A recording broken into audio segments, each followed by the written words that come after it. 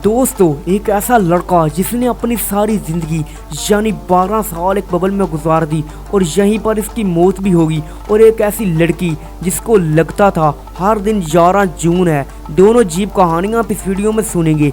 21 सितंबर 1971 को अमेरिका के Texas children hospital में एक बच्चा पैदा हुआ। इस बच्चे का नाम डेविड वेटर था, लेकिन ये बच्चा दूसरे बच्चों से मुख्तलिफ था। डेविड बीमार पैदा हुआ था। इसको स्किड था यानी स्वेयर कॉम्बिनेशन इम्यूनोडिफेंसी। दोस्तों, ये बीमारी इंसान का इम्यून सिस्टम बहुत कमज़ोर बना देती है। थोड़े से जरासीम इंसान की मौत का सबब बन सकते हैं। इसलिए डेविड की पैदाइश के बाद इसको लोगों से अलहदा कर दिया गया। डेविड के लिए ख़ास प्लास्टिक का बबल तैयार किया गया। ये एक चैम्बर सा था, यहाँ इस बच्चे को रख दिया गया। इस चैम्बर में हवा को भी फिल्टर करके पहुँचाया जाता था। पानी, कपड़ा, इन सब चीज़ों को साफ करके इस चैम्बर में लेकर जाया जाता था। जो भी चीज़ इसको देनी होती थी, इस चीज़ को 4 घंटे गैस मेथीन ऑक्साइड में रख कर दी जाती थी। इस चैम्बर में हाथ डालने से पहले हाथ पर ग्लव्स डाले जाते थे, जो इस चैम्बर में ही रखे होते थे ताकि डेविड तक कम से कम जरासीम पहुँचे। दोस्तों, वक्त गुजरता गया, अब यही चैम्बर इसका घर बन चुका था। इस केस ने दुनिया को हैरान कर दिया था। डेविड जैसे जैसे बड़ा होता गया वैसे वैसे चीज़ें भी इसको मुहैया कर दी गई। अंदर एक छोटा सा टीवी भी रख दिया गया और चैम्बर के अंदर कुछ खिलौने भी रख दी गए। डेविड के लिए अंदर किताबें भी रख दी गई। डेविड जब 3 साल का हुआ तो इसके घर में भी ऐसा चैम्बर बना दिया गया और ये लड़का ज़्यादातर अपना वक्त इसी चैम्बर में गुजारता था। 1977 में डेविड के लिए एक ऐसा सूट बना दिया गया जिसको पहनकर डेविड बीमारियों से सेफ रह सकता था और इस चैम्बर से बाहर निकल सकता था।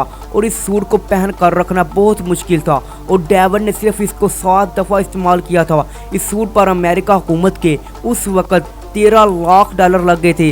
डेविड जब 12 साल का हुआ तो डॉक्टरों ने डेविड का बोन मैरो ट्रांसप्लांट करने का फैसला किया। डेविड को इस चैम्बर से निकालने का एक यही तरीका था। इसकी बहन का ब्रेन मैरो इससे मैच कर गया, लेकिन इस ट्रांसप्लांट के 15 दिन के बाद 22 फरवरी 1984 को डेविड की 12 साल की उम्र में इसी चैम्बर के अंदर मौत हो गई। आज डेविड को the boy in the bubble के नाम से याद किया जाता है।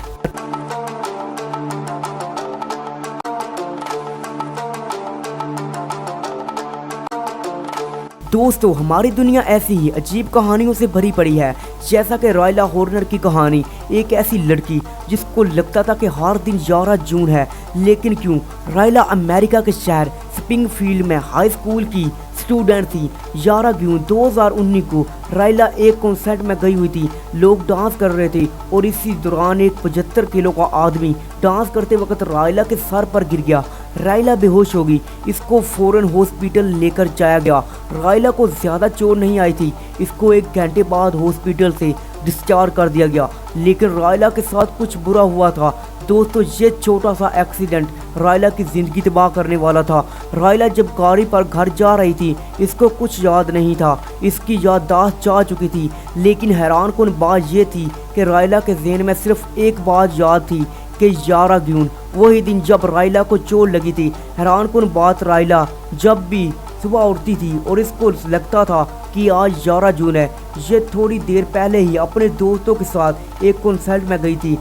अगले कई महीनों तक रायला के पेरेंट इसको डॉक्टरों के पास लेकर गए, लेकिन इसके पास रायला की कंडीशन का कोई हल मौजूद नहीं था। रायला जानती थी कि इसके साथ क्या मसला है। रायला जो भी काम करती थी इसको डायरी पर लिख लेती थी ताकि इसको अगले दिन ये याद रहे कि इसने कल क्या किया था। लेकिन असल मसला रायला की पढ़ाई और फ्यूचर का था। अब रायला के लिए एक खुशखबरी है कि अमेरिका में एक डॉक्टर है जो इसका इलाज कर रहा है। रायला के दिमाग में ब्रेन सेल को ऑक्सीजन ठीक से नहीं मिल रही थी और अब रायला का दिमाग सही काम कर रहा है और इसका इलाज भी किया जा रहा है और रायला का काफ़ी हद तक दिमाग काम करना शुरू कर चुका है और इसकी याददाश्त भी वापस आ चुकी है। लेकिन इस केस ने दुनिया को हैरान कर दिया था कि एक ऐसी लड़की जिसको लगता था कि शायद हर दिन 11 जून है।